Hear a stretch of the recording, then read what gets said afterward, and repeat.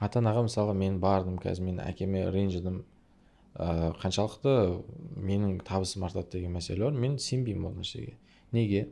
Өйткені мен қазір аттарын оқып бере салайын. Бәріміз танитын кім бар?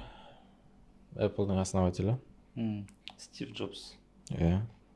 Стив Джобсты әке шешесі ұрмақ түгіл беріп жіберген. Просто беріп жіберген. Алады да беріп жіберді. Бірақ не істеді? Стив Джобс болды. Пақ шіркін тағы кім бар деп отырсың. Иә, мысалы қазір немесе бұрынғы Starbucks'ың CEO-сы бар, Ховард Шулц деген кісі. Тура солай.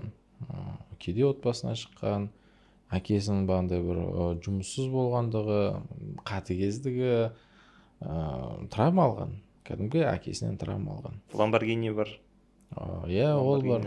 Мысалы киносында да көрсеткен. Енді өмірде де тура сондай да.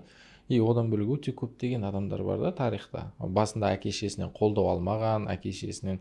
Енді мен солай сенем. Менің сенім жүйем солай. Дәлелдермен, фактілермен сенем. Ол Құдайдың аяттары емес. Мысалға Пайғамбар саллаллаху алейхи аршқа көтерілуі мұғжизасы. Мен ол нәрсеге фактсіз сенем. Бұл имани мәселе да. Бірақ мына өмірлік мәселе болғаннан кейін бұл жерде мен дәлел талап етемін да адамдардан. Сен бір нәрсені айтып отырсың ба, демек дәлелмен айтуың керексің.